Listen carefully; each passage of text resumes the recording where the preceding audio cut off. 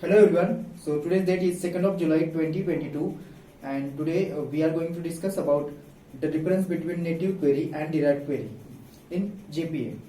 So basically let's talk about Spring Data JPA. Spring Data JPA has three types of queries available. The very first one is a query, which is a simple query and which is an SQL statement basically, and used to it can be used to simply perform normal CRUD operations or data manipulation operations. So in simple query, it will use to retrieve the data from the database table, and it will also map the whole data as per our user entity. So the query again divided into sub query, which is the first one is a type query and the second one is a name query. Type query is basically provides you an option to specify the type of the object which is returning from the query. So by specifying the option, we can use it for after operation, or basically to call it after operation and explicit to give it a cast. So by returning the objects or list of objects from the database with the use of typed query, we can do some extra operations on that. So if it is generally preferred to use a typed query if you already know the return type of the particular query from database. The second one is named query. Named query is basically the way by which you can define your query or create your query by giving it a particular name. So let's say if you have a class or entity level class, so directly giving the name above the entity class, you can easily get the query. So it is basically effective to call or to access the queries within a less time. Now let's talk about a native query. So as we know that if you are using a Spring Data JPA with the one of the object relational mapping tool like Hibernate, all the queries in the Spring Data JPA are by default using an JPL language or Java Persistent Query Language, JPQL. So and we know that SQL will understand the normal SQL statements or SQL query language, structured query language. So the JPQL languages or JPQL statements are getting converted to the SQL by the use of Hibernate. Hibernate does it the whole operation. Now the SQL the native query is something that it is similar to SQL statements with a little bit difference from JPQL query, and the native query will are supported by JPA by default. So native queries are similar as that of SQL statements, and which we can directly get access to the database object or database table.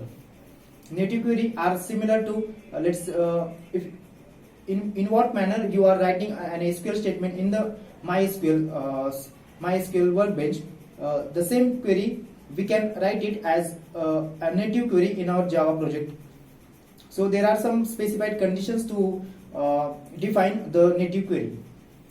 The very first, the normal queries which we have discussed earlier, like type query or name query. The entity manager interface is there, which is used to create query. Like if you want to create something query, you use entity manager dot create query, and that you provide a query in a form of string. In the same way, if you want to create a native query, then entity manager dot create native query is there, and in that method we send a query from in the form of string. Now the annotations is also used to while defining the particular query, like @native or @query. So let's say if I want to define a query like select star from students, so I'll write that in a manner that @query then under bracket I require to give a value equal to the whole query in the form of string, and then native query is equal to true. So basically we are telling the JPA that this is my value which you can consider as a query, and then it is considered to be a native query, and it is always a true. So this is what a native query is. Now what are the main cons of native query? Native query, as we know that the native query is similar to SQL statements. So whenever we want to fetch any data from the SQL, or we want to do any operations on the database, so we need to write the whole query in the form of value. So this is also a one drawback of native query. Our whole object is to reduce our boilerplate code, but using native query it is not possible. So then derived queries are come in a picture. Derived queries are some queries that it can access, or it allows us to write a query in a simple format, or in a method type. So basically we can write a derived query in the form of method, so that JPA can create the query on its own logic, or on its own.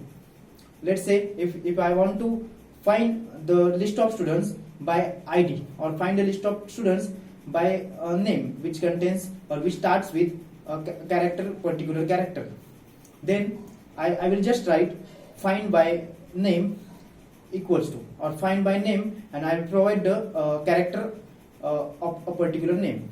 So in this case the JPA will create this query on itself. The query will be considered as, if I write a find will be considered as an introducer, and then after that find by name, then by name will be the criteria for creating this query.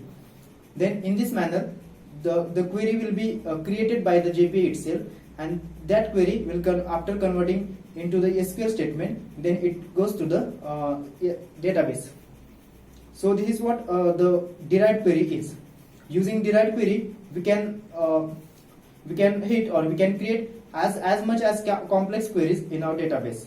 Let's say you have a class, or you have a table of students, and you need to give the list of you need to get the list of students on the basis of their marks, their age, and their admission year. So basically we write find the name of student by, or where by marks greater than 60, and age greater than 24, and admission year is 2022. So this is what the use of derived query is. So derived query will allow us to write the query in a simple manner, and in a reduced format. So by using the queries, native query and derived queries, we almost use or almost perform our whole database operations by just using the JPA in the Java projects. So this is about the basic of native query and derived query. So thank you so much. Thank you.